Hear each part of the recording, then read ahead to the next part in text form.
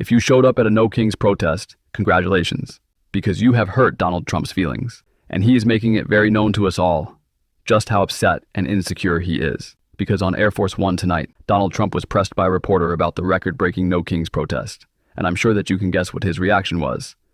An all-out implosion, a collapse attacking all of us, making up lies, losing his mind. We're gonna get into it all, but before we do, if I could quickly ask you to leave a like on this video, and if you haven't already, and you enjoy our channel, to hit that subscribe button, because it goes a long way in supporting our work. Now, before we get into Donald Trump's meltdown of a response, but the first time he was asked about No Kings after the protest happened, I want to start with the first lie Donald Trump told, and it was about healthcare and illegals. Do you want to see the premium tax credits extended if the Democrats vote to reopen the government? Let me just tell you that there'll be no money given toward their crazy escalation of giving money to illegal aliens that came into the country totally illegally. I mean, they came in illegally. They want to spend $1.5 trillion with a T, trillion dollars, giving it to people that came into the country illegally. They shouldn't have come in. In fact, one of the reasons they came in was to get this money. And California is a big culprit. I mean, California, they're out of control. And we're not going to pay California all of that money that they're giving away illegally. And that's another thing. Between California and Colombia, there's not that much difference. We're not going to be making those payments. I'm going to repeat this every time I get the opportunity. Undocumented people in this country pay about $100 billion in taxes every single year. And it goes mostly towards payroll taxes. So we're talking Social Security, Medicare, and unemployment programs they can't access.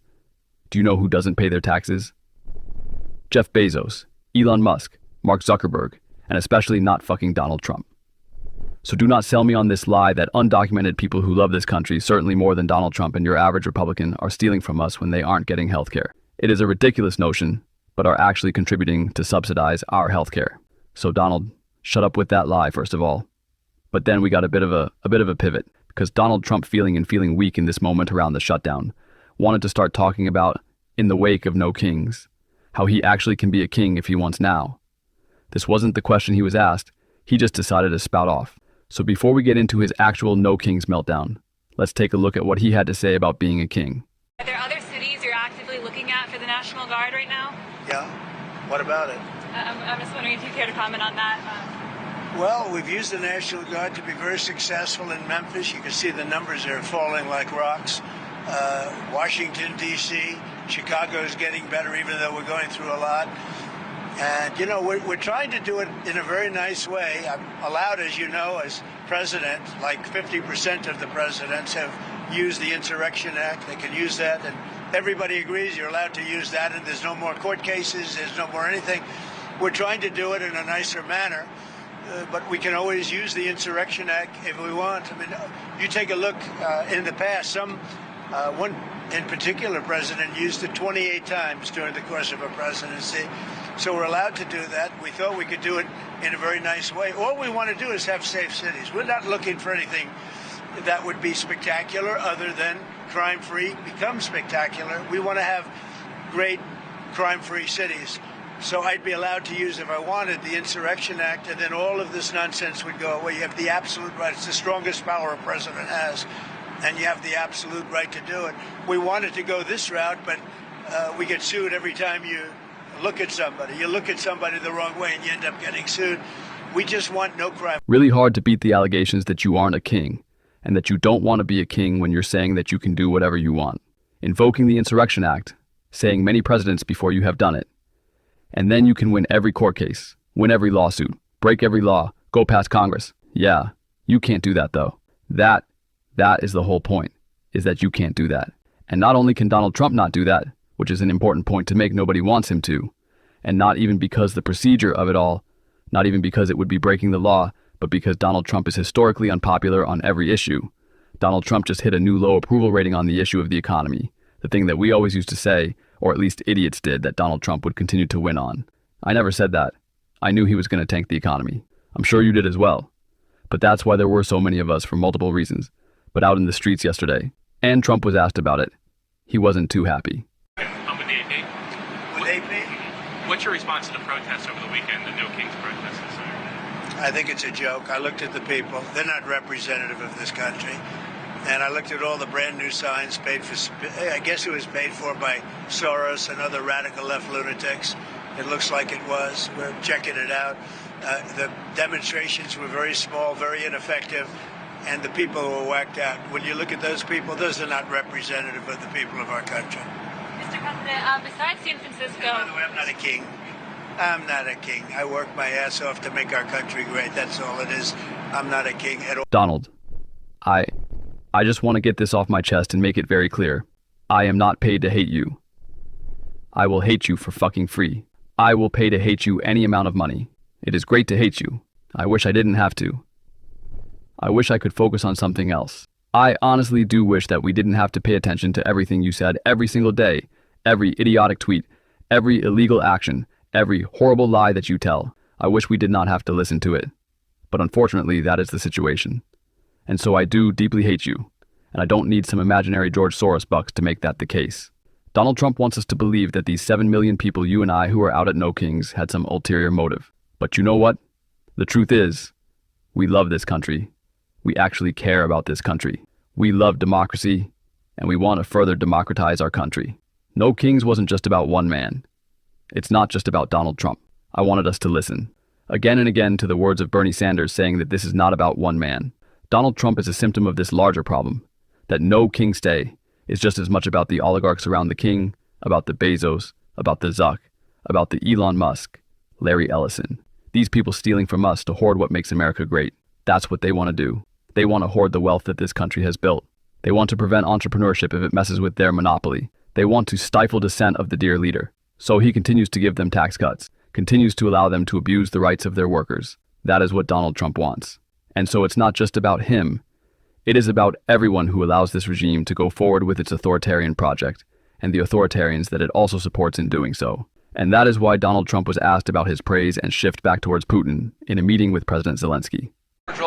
Meeting with President Zelensky. During that meeting, did you tell him he needed to cede all of the Donbass region to Russia? No, we never discussed it. We think that what they should do is just stop at the lines where they are, the battle lines. You have a battle line right now. The rest is very tough to negotiate. If you're going to say, you take this, we take that, there's so many different permutations. So what I say is they should stop right now at the battle lines. Go home, stop killing people, and be done. What do you think should happen with the Donbass region then? Let it be cut the way it is. It's cut up right now. I think 78% of the land is already taken by Russia. You leave it the way it is right now. They can negotiate something later on down the line. But I said, cut and stop at the battle line, go home, stop fighting, stop killing people. Donald Trump continues to show every single day just how weak he is.